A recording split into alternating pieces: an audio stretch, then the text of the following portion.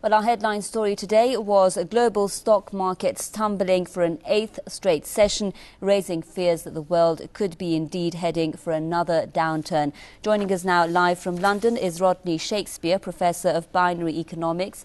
Mr. Shakespeare, thanks for joining us. Why do you think that we are seeing this loss of confidence or trust? We are seeing investors losing their trust in the Eurozone and the US economies, especially concerning the US case. Because a deal was reached between the Republicans and Democrats, still we saw a decline in confidence by investors. We are seeing a huge separation or disconnection between two things. On the one hand, there is the world of finance, which is flawed and corrupt. It is creating money out of nothing, adding compound interest, and lending it for anything whatsoever, and claiming that this benefits markets and the creation of wealth and jobs. It does nothing of the sort. All it does is enable a hoovering or a sucking up of wealth to a global elite. And on the other hand, there is the world of the real economy, of people making things, providing goods and services, and then consuming things and consuming goods and services. And what has happened? The world of finance, thoroughly corrupt, dominating everything now, leading the world to disaster. Put simply, debt is increasing everywhere. The United States had its little debt bailout 2 or 3 days ago, and already the figures have gone disastrously against the United States. And on top of all this, there is the world of derivatives, which bets on the financial practices leading to the debt. So it's the debt of nations, the debt of local governments. In the United States, Meredith Whitney has prophesied 100 cities going bankrupt before the end of the year. In the United States, 2 banks go bankrupt every single week. So it's a disastrous situation, and it is getting worse. There's only one way out of it.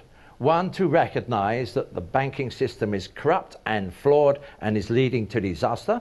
I mean, it enables the Americans to have 6 wars on at this time, because you see the money is being borrowed, and as long as the money is being borrowed, no one is going to really say, how does America truly pay for its wars? Well, it's coming under pressure, and it's going to be forced to stop its wars, because the rest of the American economy is not concentrating on the real economy. America has exported all its jobs. The solution for the USA is simple. There is one mechanism it can use, and this mechanism can be used in 8 separate ways. You get the central bank to issue interest-free loans for public capital expenditure. That's the first thing. For water, sewage, roads, bridges, railways, environmental capital projects, for canals, for anything you like.